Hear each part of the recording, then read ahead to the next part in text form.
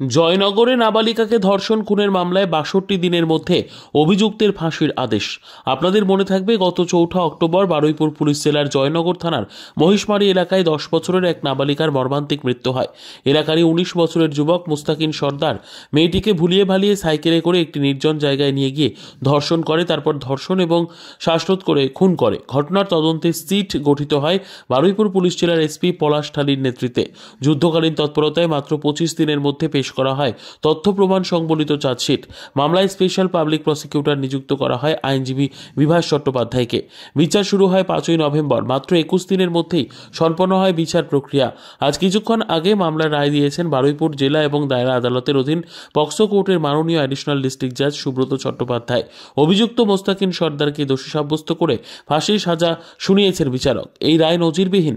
নাবালিকাকে ধর্ষণ খুনের মামলায় ঘটনার মাত্র ৬২ দিনের মধ্যে অভিযুক্তের ফাঁসির আদেশ এর আগে পশ্চিমবঙ্গে কখনো ঘটেনি। এই মামলার তদন্তে আমাদের একটাই উদ্দেশ্য ছিল, যত দ্রুত সম্ভব নির্যাতিতা এবং তার পরিবারকে ন্যায় বিচার দেওয়া। অভিজ্ঞতা আমি বলতে পারি, কারণ একটা গোটা টিমের মতো আমরা সবাই কাজ করেছি। এভিডেন্স, র মেটেরিয়াল ইনভেস্টিগেটিং এজেন্সি কালেক্ট করে, সেটাকে কোর্টে প্রেজেন্ট করার দায়িত্ব আমাদের, মানে প্রসিকিউটরদের। অনেক বাধা তো ডেফিনেটলি সব ক্ষেত্রেই থাকে, একটা কোর্টে আরো অনেক মামলা থাকে, শুধু আমাদের মামলায় না, প্রত্যেকেরই প্রবলেম আছে। তার মধ্যে দিয়ে কোর্ট সুব্রত বাবুর এজলাসে অন্যান্য ম্যাটার হওয়ার পর রাত্রি ৯টা, ৯:৩০, ১০টা পর্যন্ত এই মামলা চলেছে। এই পার্সপেক্টিভে এটা একটা নজিরবিহীন ঘটনা অবশ্যই আর একটা হলো। এবং এই কেসটা কোথাও যেন আমাদের মনে হয়েছে যে চারিদিকে যে সমস্ত ঘটনাগুলো সারা ভারতবর্ষে ঘটছে, সেই পার্সপেক্টিভে কোথাও একটা জবাব দিতে হবে, কোথাও একটা উত্তর দেওয়ার টাইম হয়েছে যে এইভাবে ক্রাইম চলতে পারে না, ক্রাইম নেভার পিস। তো এই দিক থেকে টেকনিক্যাল এভিডেন্স, ইনভেস্টিগেশন যেভাবে হয়েছে, সিট যেভাবে কাজ করেছে, প্রতিটি জিনিস মেটিকুলাসলি তারা দেখেছেন, আমার সাথে সহযোগিতা করেছেন এবং কোর্টে তারা হাজির ছিলেন, মনিটরিং করেছেন। এই সমস্ত জিনিসগুলো সামনে রেখে আমরা ৩৬টা সাক্ষী ৬৬টার মধ্যে এক্সামিন করেছি আমি, এবং প্রচুর পরিমাণে ডিজিটাল এবং আদার টেকনিক্যাল এভিডেন্স এসছে, ফরেন্সিক এভিডেন্স এসছে। সেগুলোকে সামনে রেখে আমাদের গতকালই আমাদের রায় হয়েছিল যে বিয়ন্ড রিজনেবল ডাউট কেসটা প্রমাণ হয়েছে। আজকে সকালে আমাদের ইস্যু ছিল যে সেন্টেন্স কি হতে পারে। আমি অনারেবল কোর্টের কাছে বচ্চন সিং থেকে আজ পর্যন্ত যত জাজমেন্ট আছে প্রেস করে দেখিয়েছি যে অ্যাগ্রাভেটিং অ্যান্ড মিটিগেটিং ফ্যাক্টরের মধ্যে এই মামলার যে পার্সপেক্টিভ আছে, তাতে এই মামলা rarest of the rare case এবং এতে ফাঁসি হওয়া উচিত।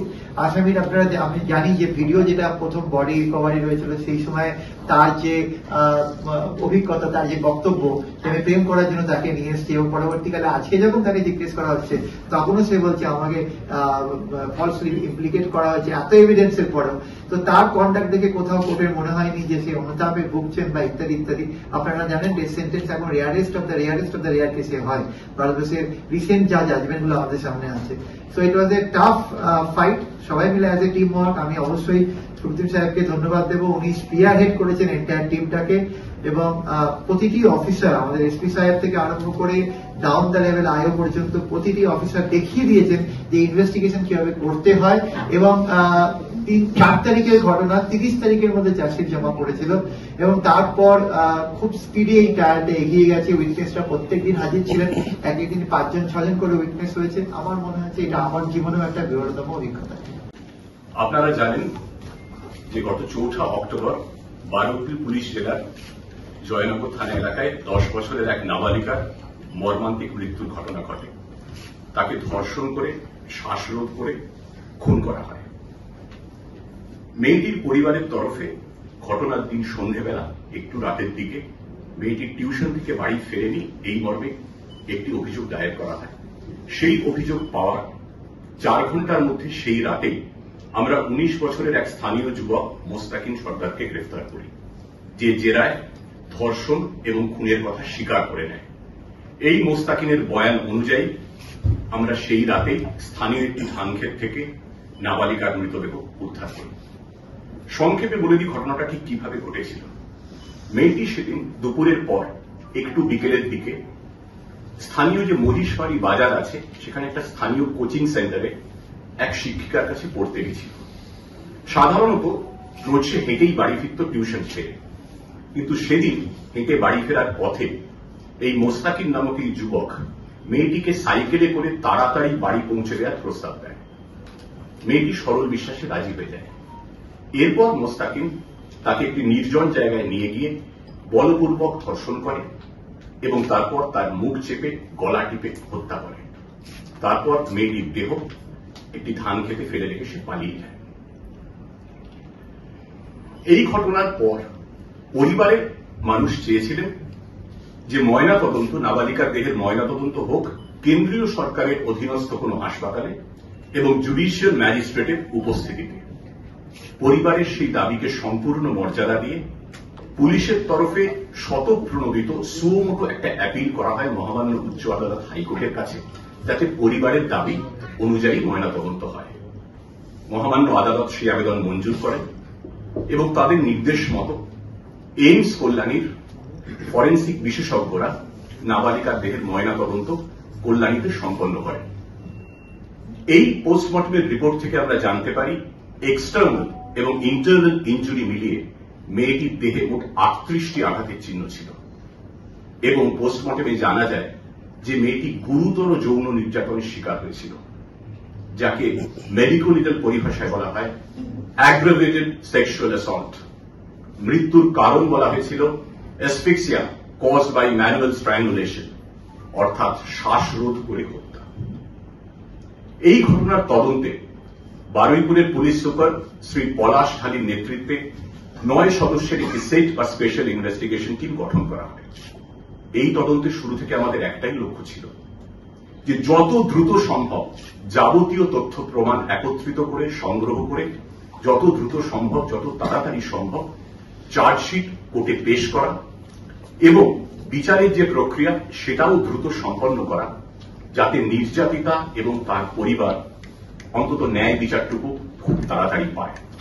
সেই লক্ষ্যে ঘটনা ঘটার মাত্র 25 দিনের মধ্যে 30 অক্টোবর সমস্ত তথ্য প্রমাণ সংগ্রহ করে all kinds of evidences, physical evidence, technical evidence, scientific evidence, সমস্ত তথ্য প্রমাণ সংগ্রহ করে আদালতে পেশ করা হয় এবং বারুইপুরের অ্যাডিশনাল ডিস্ট্রিক্ট জাজ ফার্স্ট কোর্ট মাননীয় শ্রী সুব্রত চট্টোপাধ্যায়ের এজলাসে মামলা শুরু হয়। সরকারের তরফে স্পেশাল পাবলিক প্রসিকিউটর হিসেবে নিযুক্ত করা হয় অভিজ্ঞ আইনজীবী শ্রী বিভাস চট্টোপাধ্যায়, উনি আজ এখানে উপস্থিত আছেন। চার্জশিটে আমরা কি কি তথ্য প্রমাণ পেয়েছিলাম সেটা একটু সংক্ষেপে আপনাদের বলি। সেই দিন মেয়েটি যেখানে কোচিং সেন্টারে টিউশন পড়তে গেছিল, সেখানে মেয়েটির খুব ঘনিষ্ঠ বন্ধু, তার সহপাঠিনী 10 বছরেরই একটি মেয়ে, সেও গিয়েছিল একই শিক্ষিকার কাছে টিউশন পড়তে। দুজনে সাধারণত রোজ একসঙ্গে হেঁটে বাড়ি ফিরত, কিন্তু সেই দিন মৃতা বালিকা একটু আগে বেরিয়ে যায় 5টা আগে। তার একটু পরে বেরোয় এই মেয়েটির সহপাঠিনী, যার কথা বলছি।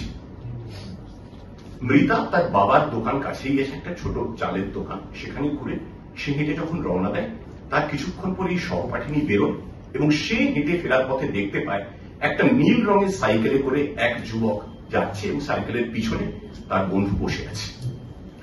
তদন্তে আমরা এমন আরো 3 জন অত্যন্ত গুরুত্বপূর্ণ প্রত্যক্ষদর্শীর সন্ধান পেয়েছিলাম, যারা সেদিন ঘটনার দিন সংশ্লিষ্ট সময় বিকেল 5টা থেকে 7টার মধ্যে এই মোস্তাকিম সর্দারকে মেয়েটিকে সাইকেলের পিছনে বসিয়ে নিয়ে যেতে দেখেছিলেন।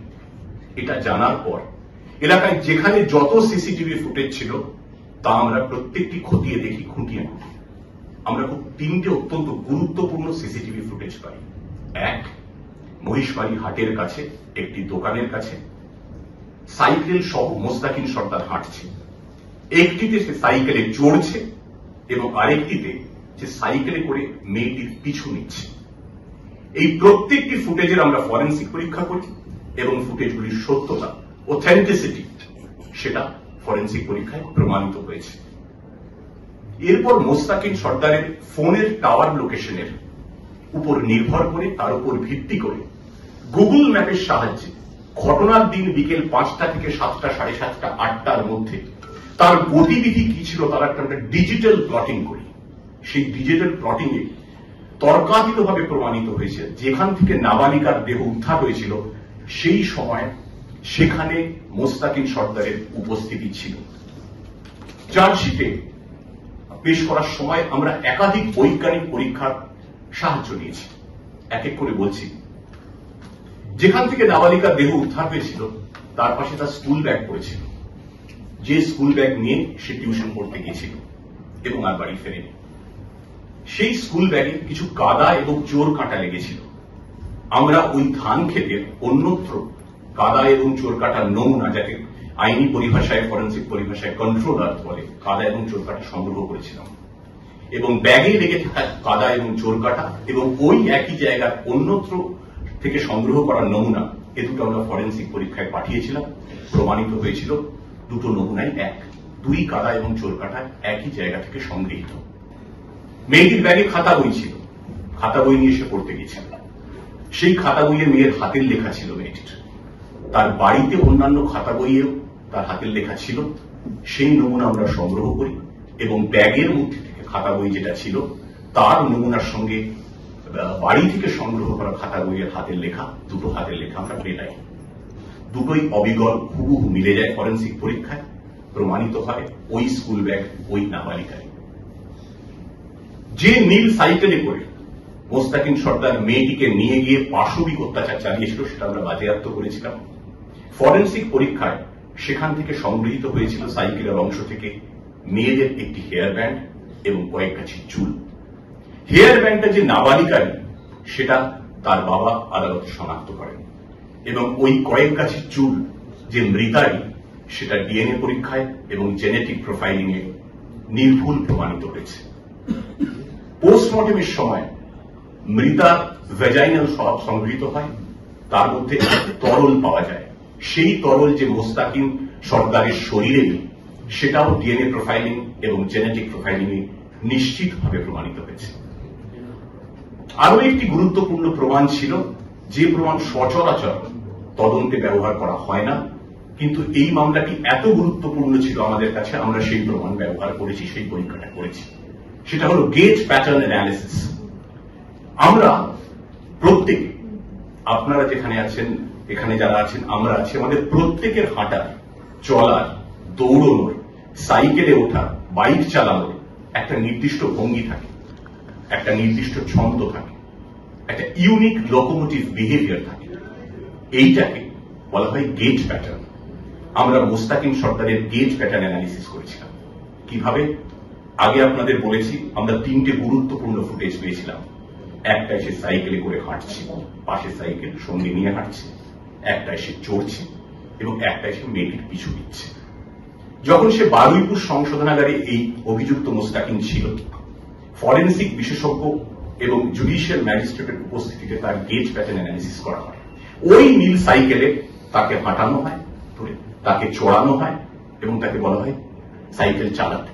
পুরো প্রক্রিয়ার ভিডিওগ্রাফি হয়। এই ভিডিওগ্রাফি এবং সিসিটিভি ফুটেজ যা আমরা ঘটনার দিন পেয়েছিলাম, দুটো পাশাপাশি রেখে আমরা গেজ প্যাটার্ন অ্যানালিসিসের জন্য পাঠাই ফরেন্সিক বিশেষজ্ঞের কাছে। তারা রিপোর্ট দেন যে দুটো গেজ প্যাটার্নই এক, অর্থাৎ যে ফুটেজ দেখা গিয়েছিল, যে ব্যক্তি সাইকেল চালাচ্ছিল এবং সংশোধনাগারে যার ফুটেজ পাওয়া গেছে, দুজন একই ব্যক্তি। এই সমস্ত তথ্য প্রমাণ একত্রে করে আমরা চার্জশিট দিই। 25 দিনের মাথায় চার্জশিট দেওয়া হয়। মামলার বিচার শুরু হয় 5ই নভেম্বর এবং আজ ঘটনার 62 দিনের মাথায় 4 অক্টোবর ঘটনা ঘটেছিল। আজ 6 ডিসেম্বর মাননীয় বিচারক এডিজে ফার্স্ট কোর্ট বারুইপুরের পক্সো কোর্টে শ্রী সুব্রত চট্টোপাধ্যায় মোস্তাকিন সর্দারকে দোষী সাব্যস্ত করেছিলেন গতকালই। আজকে ফাঁসির সাজা শুনিয়েছেন, প্রাণদণ্ড দিয়েছেন। পশ্চিমবঙ্গের তদন্ত ইতিহাসে এটা নজিরবিহীন রায়। কোন ধর্ষণ এবং খুনের মামলায় মাত্র 62 দিনের মধ্যে অভিযুক্তকে দোষী সাব্যস্ত করে তার প্রাণদণ্ড, এটা পশ্চিমবঙ্গে আগে ঘটেনি। This is unprecedented in the history of this state. দেশের অন্যত্র কোথাও ঘটেছে কিনা, ঘটলে কতগুলো ঘটেছে, এত দ্রুত বিচার বা আদৌ ঘটেছে কিনা সেটা আমরা চেক না করে, ভেরিফাই না করে বলতে পারবো না। তবে জোর দিয়ে বলতে পারি পশ্চিমবঙ্গে এটা এই প্রথম বেনজির। এবং এই বেনজির সাফল্যের জন্য আমি আন্তরিক অভিনন্দন জানাবো বারুইপুরের পুলিশ সুপার শ্রী পলাশ ঢালি, এখানে উপস্থিত আছেন, এবং তার সিটের সদস্য যাদের দুজন উপস্থিত আছেন, অ্যাডিশনাল এসপি রূপান্তর সেনগুপ্ত এবং এসডিপিও বারুইপুর অধীশ বিশ্বাস, যারা দিন রাত অক্লান্ত পরিশ্রম করে এই অসাধ্য সাধন করেছেন। পাশাপাশি আমি ধন্যবাদ দেব special public prosecutor Shri Bibhas Chattopadhyay এবং তার টিমকে, যিনিও নিরলস পরিশ্রম করে দ্রুত বিচার প্রক্রিয়া সম্পন্ন করায় সাহায্য করেছেন, বড় ভূমিকা নিয়েছেন এবং অভিযুক্তের সর্বোচ্চ শাস্তি সুনিশ্চিত করেছেন। শুরুতে যেটা বলছিলাম, আমাদের একটাই লক্ষ্য ছিল এই মামলায় যে নির্যাতিতা এবং তার পরিবারের দ্রুত ন্যায় বিচার সুনিশ্চিত করতে একত্রে সম্মিলিতভাবে সর্বশক্তি প্রয়োগ, সেটা আমরা করতে পেরেছি। আমরা চাইনি নির্যাতিতা ও তার পরিবার দীর্ঘদিন ধরে বিচারহীন থাকুক, এটা আমরা চাইনি।